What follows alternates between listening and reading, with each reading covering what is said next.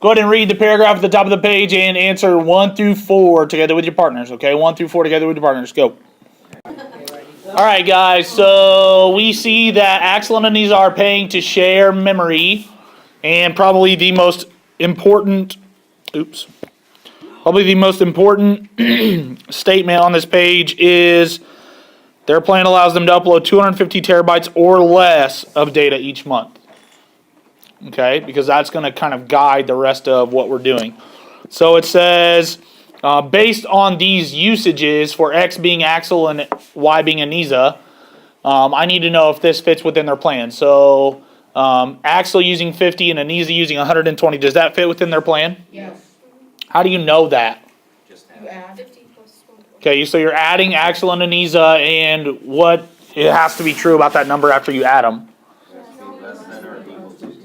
Okay, so it can be no more than 250, right? So this would be a yes. 135 and 100, that's definitely a yes. What about 100 and 150? That adds up to 250. It says 250 or less. It says, 250 terabytes or less. Okay. So since it says 250 terabytes or less, then 250 would be acceptable. So that is also a yes. And then 162 and 128, that's more than 250, so that's a no. Then it wants me to write my inequality, and I saw a couple different things happening. So you guys said in order to find the total data, I need to add the two together, so X plus Y. What has to be true after I add the two together? They have to be less than or equal to. Less than or equal to 250, right? So it's less than or equal to 250. Or some of you wrote it this way, 250 is greater than or equal to X plus Y. So either one of those is fine. Okay, just make sure that the X plus Y is smaller than 250, however you have yours written. All right, so then we get to number 3, and it says, if Axel uploads 100 terabytes, write an inequality that shows how many Anisa can upload. So when it says if Axel uploads 100 terabytes, what does that mean about my inequality that I wrote up in number 2?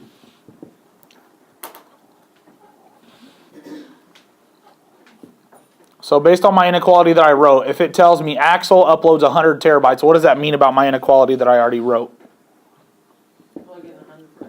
Good, X is 100, right? Because X stands for Axel. So if I plug 100 in for X, so I have 100 plus Y is less than or equal to 250. Then I can easily solve that inequality.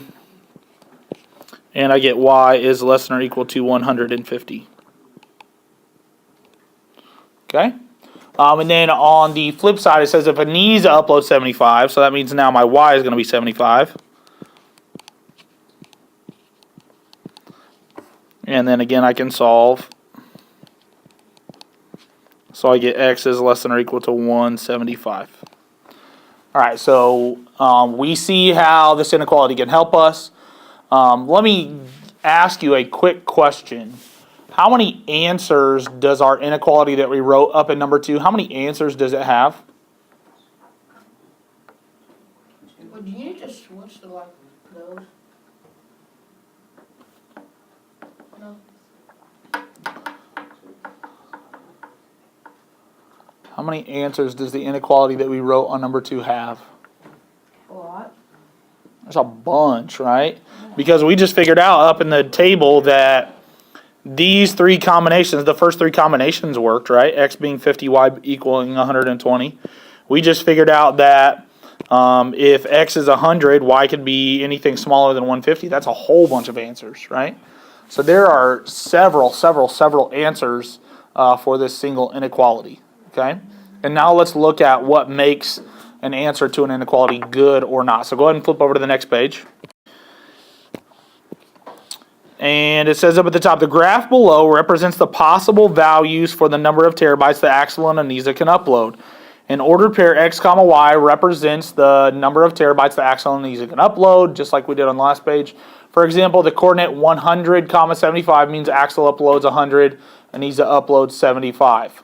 Okay, so we can graph that point on the graph and see if it is included in the answer. Okay, so what I want you guys to do is use that graph, and I want you to answer number 5. And notice on number 5, It does not just say graph. It says graph, and then determine if that ordered pair will allow Axel and Anisa to remain within their plan. Okay, so you need to do that for A through E. Go ahead together with your partners. Okay, so you can see I graphed the points that you should have graphed.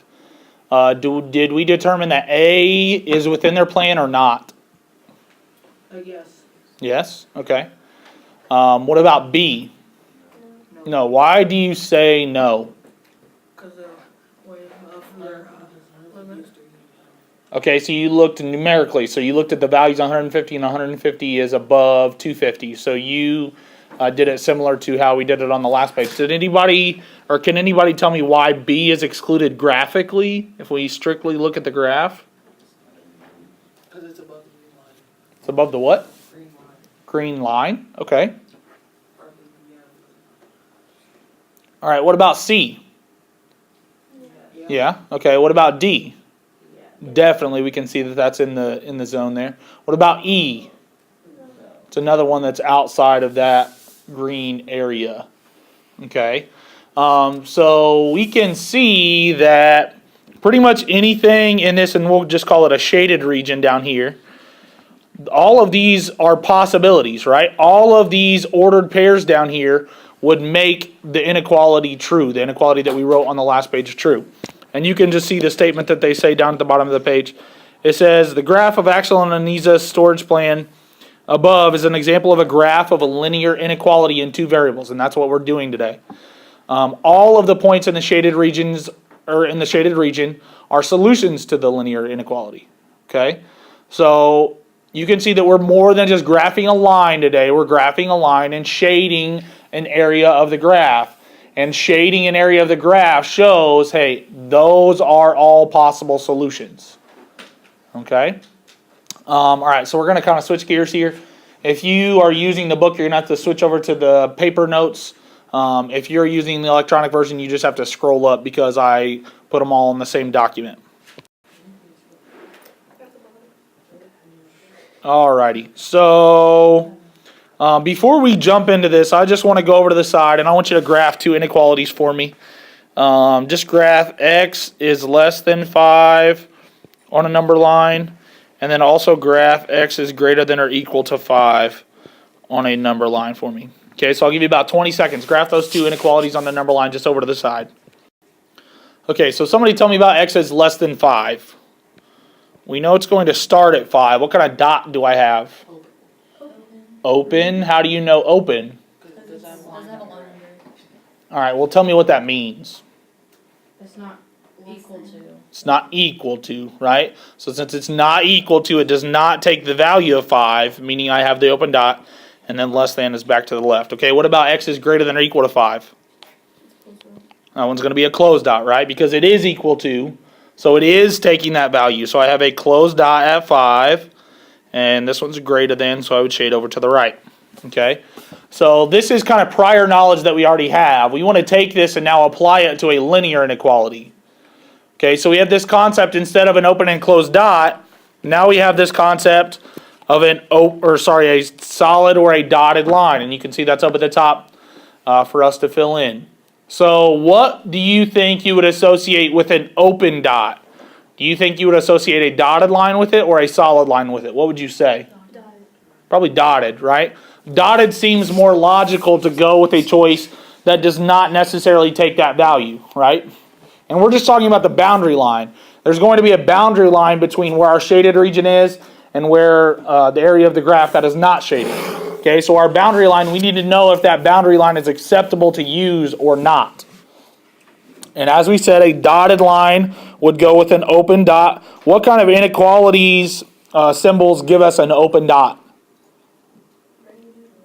Greater than or less than, right? The ones that are not equal to. So we'll say less than or greater than, or it doesn't really matter the order. Okay, so a dotted line is associated with less than or greater than. And then a solid line is the same as a closed dot. So what signs give us closed dots? What? Okay, the equal to part, right? So less than or equal to or greater than or equal to. All right, so now we know what kind of boundary line we should have with each inequality. So now let's look at actually graphing one. So graphing an inequality is really pretty similar to graphing a line, okay? And graphing a line, we have to have it in slope-intercept form, just like we do here. This one's in slope-intercept form for us. Y is by itself. I need at least 15 people that can raise their hand and tell me, how do I know which is slope and which is y-intercept? I need at least 15 people before we can move on. Really, all of you should be able to tell me, but I'll give us a little slack. How can you tell which one's slope and which one's y-intercept? Okay, Sarah? Oh, Leatherberry. The M is the one that's by the X. Okay, the m is the one that's by the x, right? That's my slope. So in this case, my slope would be -1/2. And my y-intercept would be the number all by itself, which is 4. Okay? So let's go ahead and graph this just like we would graph it on a normal graph. Just don't make your line yet because we have to decide if it's dotted or solid. So my y-intercept, my b, that's where I begin on the y-axis. So up 1, 2, 3, 4. And then a slope of -1/2 tells me to go down 1 and over 2. Remember, rise over run, down 1 over 2, down 1 over 2, up 1, left 2. Okay, and before I draw my line, I need to determine, is this going to be dotted or solid? So let's go back over to our inequality. Does my sign, this sign right here, tell me that's going to be dotted or solid? Dotted. It's not equal to, so it's dotted. We don't take the values, the ordered pairs are not okay to use on the boundary line. Okay. And then I'm going to teach you a shortcut here in a minute, but we need to have some understanding of it before I just teach you a shortcut, because I don't want to teach you math magic. Okay. I want to be able to shade one side or the other of this line. Okay. Because one region is going to be shaded and the other is not. So the surefire way to always do that is test an ordered pair. I obviously don't want to use an ordered pair that's on the line, but I want to test an ordered pair that is not on the line. So what do you guys think would be the easiest ordered pair to test? 1, 1. It gets easier than that. 0, 0. 0, 0. There you go. That's generally, unless my line goes through 0, 0, I use 0, 0 as my point to test. So let's test the point 0, 0. So again, I'm using the inequality that I have. So so we're going to test the point 0, 0. So y is 0 is greater than -1/2. X is also 0 plus 4. So we have 0 is greater than, that's gone, 4. Is 0 greater than 4? No. No, it's not. 0 is not greater than 4. So since that's a no, I do not want to shade the region that includes 0, 0. So on my graph over here, where should I shade? The top, right? The part that doesn't include 0, 0. Here would be 0, 0, so I don't want to include this part down here.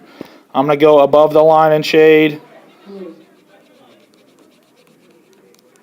And there is my inequality. So that's a graphed inequality. So this means now all of these ordered pairs up here are solutions to this inequality, this linear inequality. And in this particular case, I cannot use any point on the board or boundary line, okay, because it's dotted. All right, so let's talk our shortcut. So in general, what do you associate with greater than? Bigger numbers, right? Where on a graph are the bigger numbers? Up, right? So it's as simple as that. So if you have y, then your sign, so if you have y on the left and y is always by itself, your sign will tell you where to shade every time. So shading above, what signs would you associate with shading above? What'd you say, Ethan? Oh, dang it, Caleb, sorry. Greater than. I don't know why I still get you guys mixed up. Names. All right, greater than or equal to. Did you guys sit right next to each other in the beginning of the year? Oh, okay. And then shading below would be the opposite of that, less than or equal to. Okay, so greater than for above, less than for below. All right. So what makes example 2 a little bit harder? It's not. Yeah, it's not in slope-intercept form, right? So remember, we've done this a lot. Go ahead and put example 2 into slope-intercept form. I'll give you a 30-second head start. So you got to get y by itself. Practicing some old skills here. I remember this. Don't you multiply 3 like x on the other side or something? You would multiply. You got to take the whole term over there. Do you flip the sign? You tell me.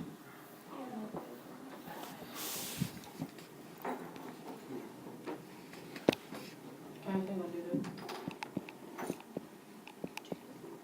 Okay, so I would subtract 3x to the other side and get negative 2y is less than or equal to 4 minus 3x because those are not like terms, so I can't combine them.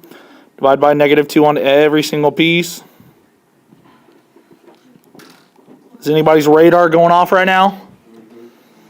Should be, right? We have to flip our sign because we divided by a negative. So less than or equal to now becomes greater than or equal to. 4 divided by negative 2 is negative 2. Negative 3 divided by negative 2 is plus 3 halves, and the x pops out to the side. All right, so now that we have this in slope-intercept form, I can go ahead and graph it. So what is my y-intercept?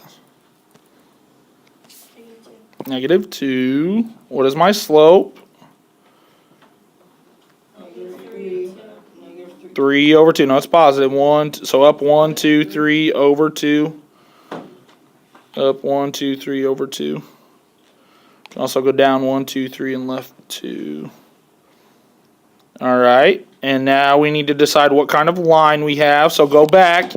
And guys, we are basing it on our new sign, not our old sign. Okay, so after we solve for y, now based on our new sign, what kind of line do we have? Solid.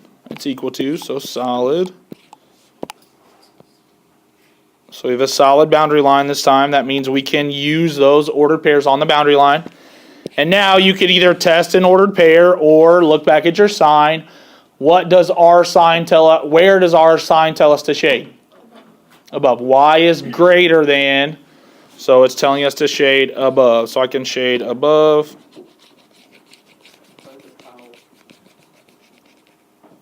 And there we have it.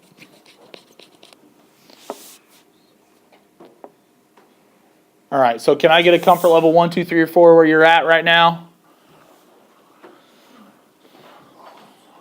All righty.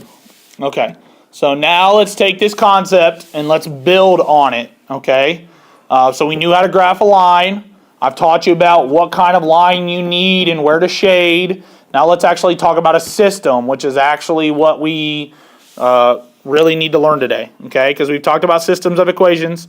Now let's talk about a system of inequalities. So it says the solution to a system of linear inequalities is where the two shaded regions meet or cross or overlap, whatever you want to say.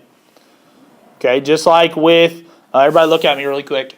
Just like when we graphed a system, how did I know where the answer was? Where they cross, right? Where they intersect. So now, instead of just, excuse me, looking where they intersect, now I'm talking inequalities. So I'm looking at where the shadings overlap or meet, okay? And it's literally as simple as graphing both lines on the same graph. So let's do that. You have the luxury now with the notability that you can use two different colors. That'll help starting out. Realize on the test, I guess you can use colored pencils if you want to. But on the test, you probably will just have a pencil. So organization is key.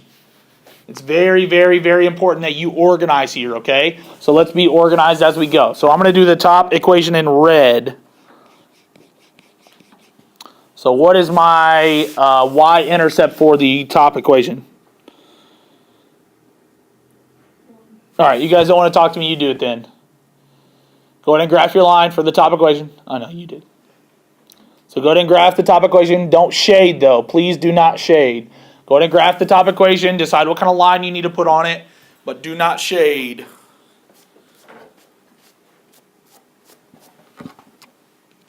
Okay, so I have a y-intercept of +1, a slope of -1, so that's down 1 over 1, down 1 over 1, down 1 over 1. Can also go up one, left one. What kind of line do I have here? This one is solid because it's equal to. Okay. All right, so now I have my line. Remember, I told you not to shade because, remember, we are looking for overlap. And if you just start shading, it'll be really hard to graph your second line, okay? So instead of shading, let's just do little arrows. So where does this line, or where does my sign tell me to shade on the first line? Above, right? So all I'm going to do is just put little arrows up from this line. I should be shading above, should be shading above, should be shading above, okay? So just put little arrows from it, okay? That will help our organization a lot more than going ahead and just shading that region so dark that you can't even see anything, okay? All right, now I'm going to do my second line in blue. So on this line, y-intercept is -1. Slope is 1/3, so that's up 1 over 1, 2, 3. Up 1 over 1, 2, 3. Can also go down 1 on the left, 1, 2, 3. What kind of line should I have on this blue line? This one's dotted, right? Because it's not equal to. So dotted or dashed, however you want to do it.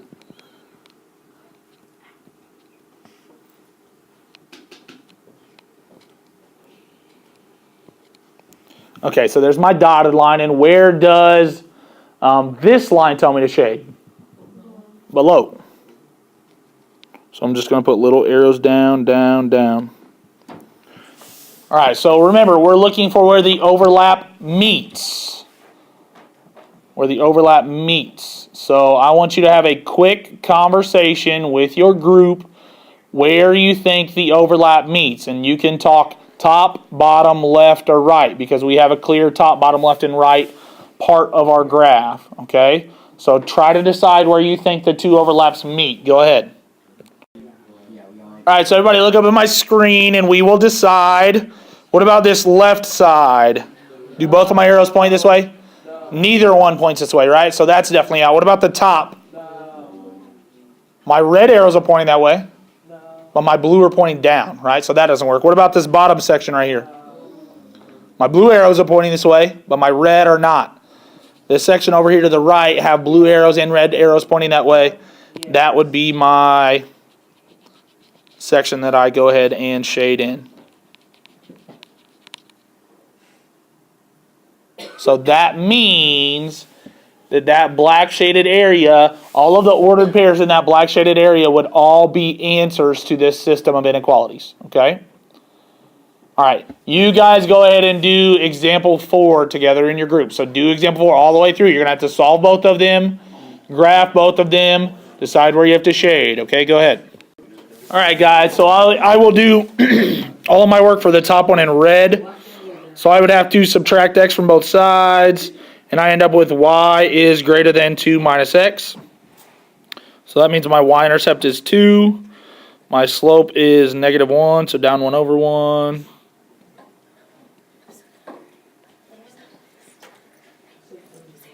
I have a dotted line this time,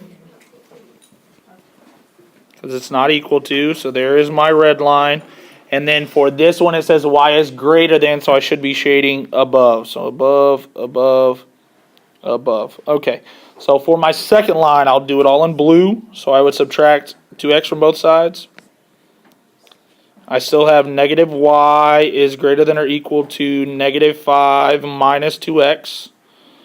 I have to divide by the -1 that's in front of y, and dividing by a negative makes me flip my sign. So y is less than or equal to 5 plus 2x. So now my y-intercept is 2, so up 1, 2, 3, 4, 5. My slope is 2, so instead of going up and to the right off the graph, I'm going to go down to the left 1, down and to the left, down 2 and to the left. This particular line is solid. And this line tells me to shade below. So down, down, down. Then my overlap would be that top right corner. So everything in this top right corner right here.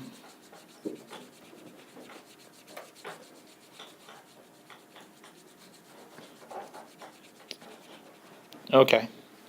All right, do we have any questions? All righty, the rest of the time is yours for homework.